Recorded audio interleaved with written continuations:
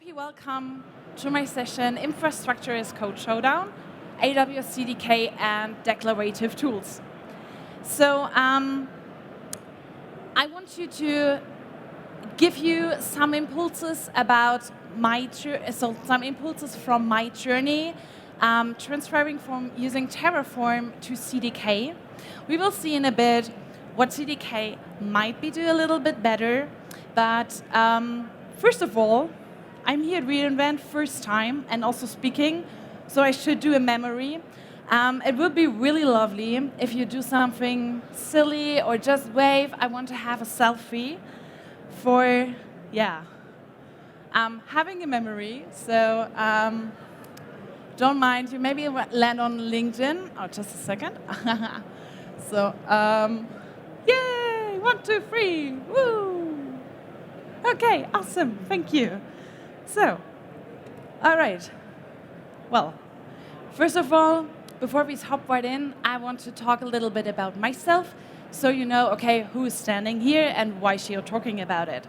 So, I'm Nora Struna. I'm from Germany, and I'm living in Bavaria, and I'm doing cloud stuff. So I transferred from a degree in mathematics to IT, working as a developer, have different roles as engineer. Now I'm working as a senior cloud consultant at Superluminar. I'm also an AWS community builder and a user group leader in Nuremberg, kind of near Munich, if you know it, famous for Oktoberfest. And I'm also run my own meetup, Sheen IT, for connecting women in tech locally. So I'm really enthusiastic about women in tech. And besides work, I like to learn, speak, improve my Japanese because I really like Japan.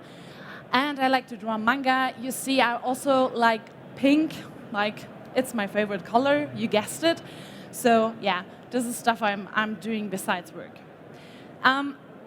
So since I'm working at tech for over 10 years now and have different things to work with, I came across infrastructure as code. And I got quite well known in the community for loving it, for loving infrastructure as code.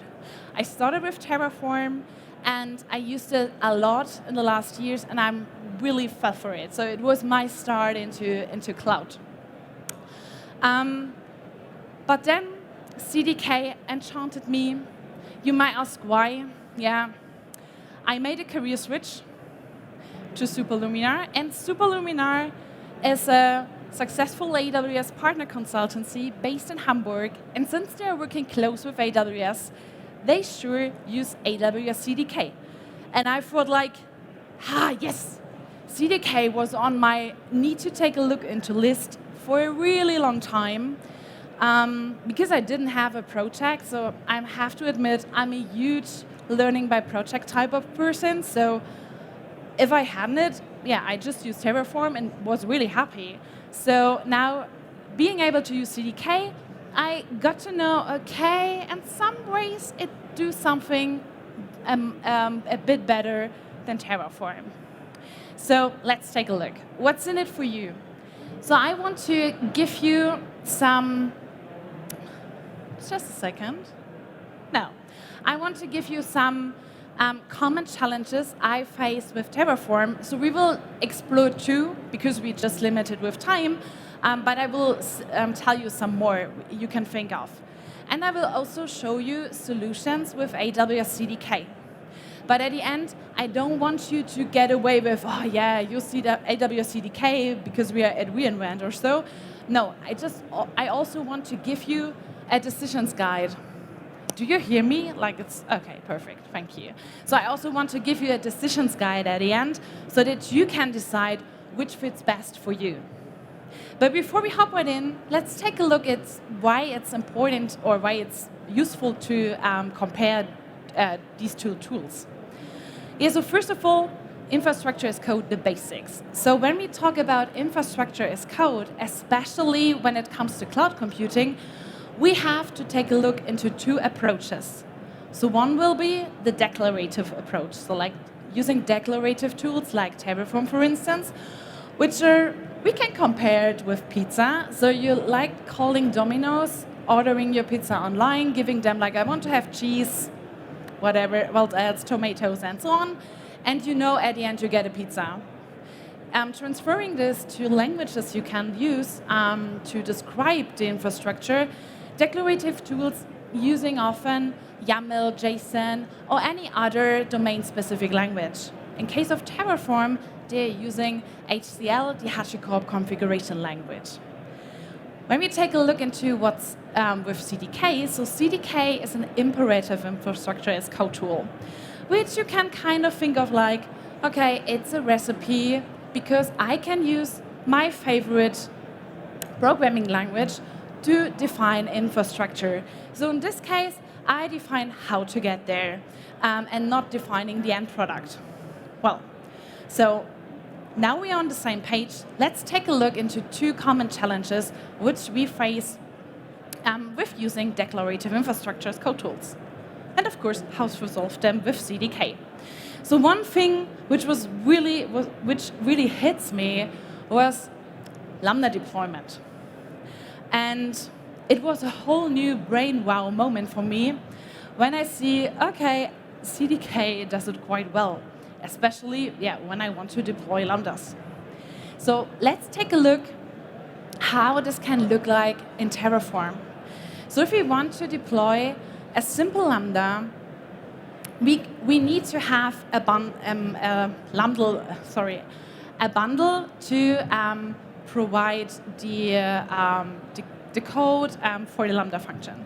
So we can do this like this in Terraform, having a data resource archive file, giving it type zip, saying where's the source code, where should this resource put the zip package, and then we can reference it later in the Lambda function. You see it here with file name. So it's automatically combined, everything is fine. But how about if we have dependencies for a third-party package? So then it gets a bit trickier. Someone can argue, okay, you should not use it with this approach, but for the sake of showing it, and sometimes you also need to wrap around in Terraform, I want to show it to you how it's done. Another approach, before we hop right into it, can be that you just bundle up your code before you even run Terraform. So doing it in your pipeline, and then you have to zip somewhere around and reference it in your Lambda function.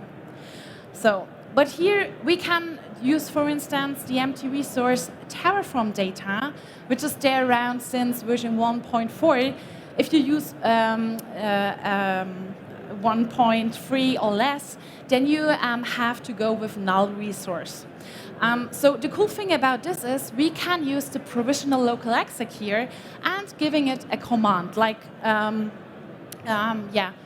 calling the bundle Lambda shell script to do some bundling stuff. So this can be, for instance, cd into your folder where your source code is lying, npm me if you use TypeScript, for instance, and then zip everything and you are good to go. Later, you need to reference it also in the Lambda function, but you cannot just reference it directly. You need to add and depends on. So don't forget this, because if not, Terraform doesn't know that it depends. So, and be sure to have the same name in your shell script as you reference it in the file name from your Lambda function. Okay. It's a bit tricky because we all need to handle it ourselves. So, well, I thought like, okay, let's take a look into CDK. And there we go. It really hit me. It's just like, we have here, for instance, Node.js function, and it does everything for me. Like, I can say, hi, I do the bundling, give the Node modules I need to depend on in my code, and then we're good to go. And this is so cool because I don't need to I don't need to do anything about it. Yeah, really cool. I really love this construct. If you don't using TypeScript, like for instance Python or Go, I think they have an alpha version for it, so check out the documentation for other languages. Coming to the second point, to the second thing. And this was one thing which was also mentioned by the community a lot, because I'm asked around in the community builders community what they are struggling with. And they also said policy handling is also a thing. Well, we don't want to write policies our own, aren't we? So, you know it, things get quick, like we need to really finish this one feature and it's just for test. Okay, well, then I come up with a wild card and define everything like this. So like I want to have a policy for accessing a DynamoDB, just going to everywhere because I don't have time for this. It's not a good practice. Please don't do it. Actually, we want to have least permission principle. So yeah, we should be precise what we are giving in a policy. So not good, but for the worst, and because I need to define it all on my own, it's kind of tricky.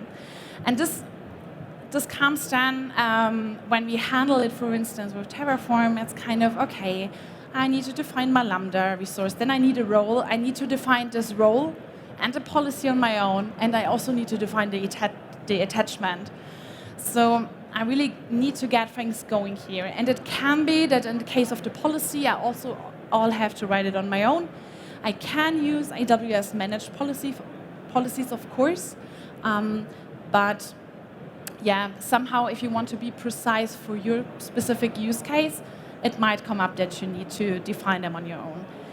When we take a look into CDK, its Soft is quite awesome, I think. So I have, for instance, so remember I wanted to approach a DynamoDB table. So here you see, okay, I need a table, I need a Lambda function, for instance, and then I just say table grant, read write data, and put it for the function. This is really cool, and now we're good to go. One thing to add here, of course, I also need to take a look what this is all about. So this grant, what it consists of. So which policies are in it. Definitely should check it out if you need to be more precise. But it's a good entry point, and it wraps away all the stuff I needed to take. I need to write on my own. So now we have two things, but of course there's more to compare. So we can talk later if you want about it. So one thing can also be conditions. So if you need to have specific conditions, of course, it's hard with declarative approaches. Like in Terraform, you have count, which is really cool, which I can use for it. Using common programming languages, well, there's nothing better than the good old if-else statement. So yeah, definitely a point for imperative approaches to CDK. Another thing can be also testing. So if you have your favorite programming language around, you might already have a testing framework, so it feels easier for you if you want to test something. And another thing can also be state handling and rollbacks. So Terraform has its own state handling, which is good for keeping it out of the way for other operational stuff. But with CDK, which depends on CloudFormation, we have all the stuff like rollback and having this system around CloudFormation, which is really cool. So you might not think, yeah, Laura, you're just bashing Terraform, just bashing declarative tools. I wouldn't say that. Well, I'm really, you heard it. I really got enchanted by CDK, but I'm also for Terraform because it helped me to get in the cloud because no programming skills were needed. So I don't have to get familiar with any programming approaches, especially when I come from the operational side and already have my fingers on YAML or JSON kind of languages, so to say. And this is really cool because it lowers the barrier for the entry into infrastructure as code. Because infrastructure as code helps us to visualize what we are doing, so to say, in the back end. So and this is really cool to have this transparency. Another thing is also, it's a deep dive into your provider, because you are forced to know which resources you need to use. Think of the policy example. So I needed to have a role. I needed to add a policy, and I also need to add the attachment. Now I know all the three things which are important to add a role and a policy to, or add a policy to Lambda. With the grant, so yeah, okay, I add a grant, but I don't know what happens underneath. So this is also a really cool opportunity to have a deep dive into your cloud provider, here in this case, AWS. Well, and you might now think, okay, now what? What should I do? Yeah, sometimes it depends, but let me get you on what it depends. So your decision for which tool or which approach can depending on, of course, the preferences of your team. So if they are more on the developer side or more on the operational side, will define which tool you should use. So as I said, maybe in operations you would love to use more Terraform because people are familiar with this YAML JSON-ish language. Or on the other side, they like to use Python or TypeScript, then yeah, let them use CDK. Another thing can also be if you have a compliance rule at your company. So if they say like, well, for whatever reason, we don't want to use TypeScript, we just want to use HCL, whatever, you should also think about this. This can be a point. What also needs to be considered is the availability of the services you want to deploy. So it can be at some time that newer services are not available or not in the right range you need them to have. So this can be a decision for a tool. And last but not least, and I can't stress enough, it's also the quality of the documentation, which maybe help you with the decision. So in our case, Terraform does a really good job. So HashiCorp does a really good job at documenting everything. So I've been using them for a while, and I really love how this was evolving.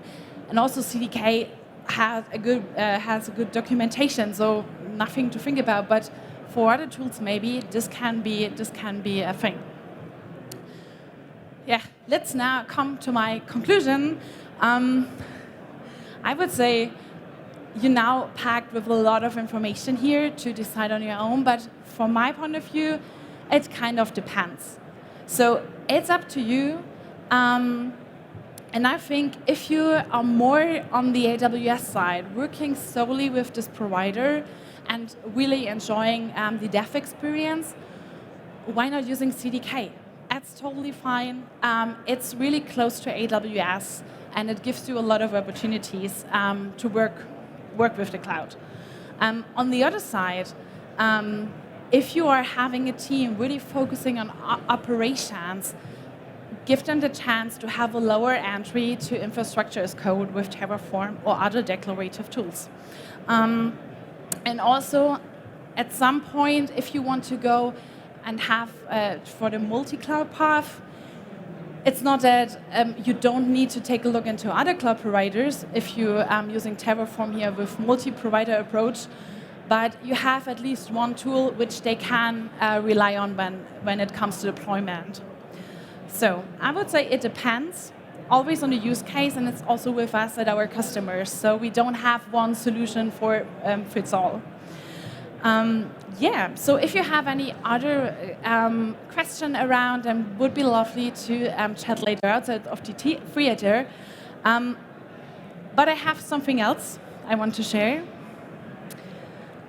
Because I have some seconds left, and I want to say thank you for being here, also being as a woman here on stage, and being a woman in tech, and making these great memories due to the AWS community. So really, I really want to encourage you that you also help your colleagues, your female colleagues, your women colleagues, to get on stage and talk about their tech experience and their tech skills, which is really awesome. And with this being said, Thank you a lot. Would love to get in contact with you. So you can find me on LinkedIn with my name, or just search for Working Code at Instagram.